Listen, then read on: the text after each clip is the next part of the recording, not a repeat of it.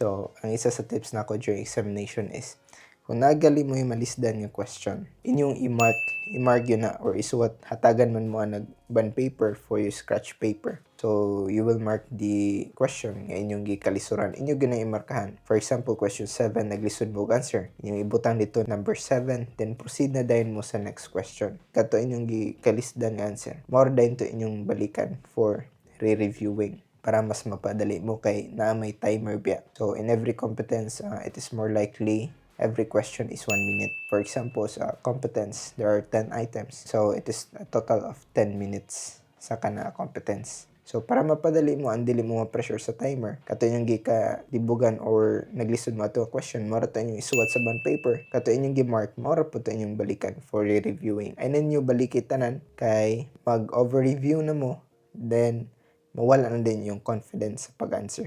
Ang instance akong gingon, inyong alisdan na ang inyong mga question. So, mara to no? So, mara to ang tips nako. So, to everyone no, nga nag-review ron for the Marina Licensure Examination, so I know kaya ra kay na ninyo, and don't compare yourself to others. Every one of us has its different timings. If wala mo nakapasar sa take 1, ay mo kabala ka kay napay take 2, take 3, and so on. Makaya ra gyapon na ninyo. And I know makapasar yun mo. So, mara to no?